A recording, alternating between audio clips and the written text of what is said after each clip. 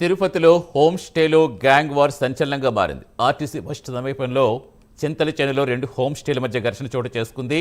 Deccan suits home stay నిర్వాహకులపై కర్రలు రాడ్లతో గరుడ home stay యాజమాన్యం దాడి చేస్తుంది. ఈ దాడిలో డెక్కన్ సూట్స్ హోమ్ స్టే నిర్వాహకులు నరేష్, నవీన్, లక్ష్మీనారాయణ, పన్నెందరెడ్డికి తీవ్ర గాయాలు కాగా స్థానికులు ఆసుపత్రికి తరలించారు. ఒక హోమ్ స్టేకి వచ్చే కస్టమర్స్ను మరో హోమ్ స్టే వారు లాక్కెళ్తున్నారని ఇరు వర్గాల మధ్య వాదన రేగింది. ఈ ఘటనపై పోలీసులు కేసు నమోదు చేసి దర్యాప్తు చేస్తున్నారు. పూర్తి సమాచారం ఇచ్చేందుకు మా కరెస్పాండెంట్ రవివర్మ జరుగుతున్నారు. రవివర్మ, అసలు ఎలా ఉంది ప్రస్తుతం వాళ్ళు గాయపడ్డ వారి పరిస్థితి, అసలు ఏం జరిగిందని స్థానికులు చెబుతున్నారు? ఎస్ సతీష్, మీరు చెప్పినట్టుగా తిరుపతిలో ప్రముఖ పర్యాటక కేంద్రం తిరుపతి. అలాంటి నగరంలో హోమ్ స్టేలు ఈ మధ్య కాలంలో విచ్చలవిడిగా పుట్టుకొస్తున్నాయి. ఈ నేపథ్యంలోనే ఆర్టీసీ బస్ స్టాండ్ సమీపంలో ఉన్నటువంటి డెక్కన్ సూట్స్ హోమ్ స్టే, అలాగే గరుడ సూట్స్ హోమ్ స్టే వాళ్ళిద్దరి మధ్య వివాదం నెలకొనింది.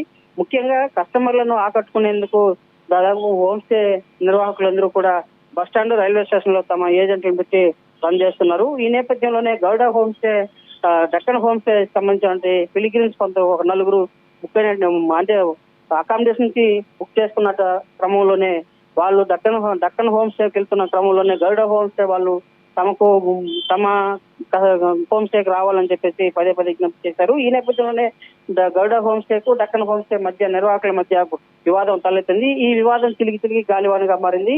ఈ నేపథ్యంలోనే గరుడ హోమ్ స్టేకి సంబంధించిన నలుగురు డక్కన్ హోమ్ స్టే నిర్వాహకుల మీద దాడి చేశారు. దాంట్లో దాదాపు 4 గాయపడ్డారు.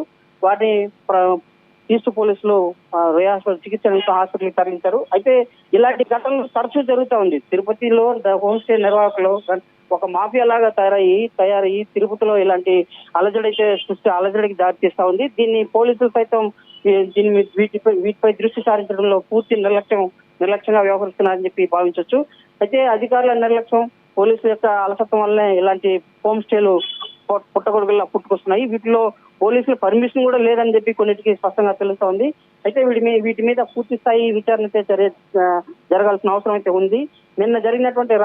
గత రాత్రి జరిగినటువంటి ఘటన పోలీసు స్థానికులను నివేరపరుస్తా ఉంది, భయాందోళనకు గురి చేస్తా ఉంది. ఇలాంటి ఘటన భవిష్యత్తులో ఇలాంటి జరగకుండా చూడాలని చెప్పేసి స్థానికులందరూ కూడా పోలీసులకు ఫిర్యాదు చేస్తున్నారు. ఆ మేరకు పోలీసులు కేసు నమోదు చేసి రాత్రి జరిగిన ఘటన మీద దర్యాప్తు అయితే కొనసాగిస్తున్నారు. Satish, right, thank you Ravi Varma.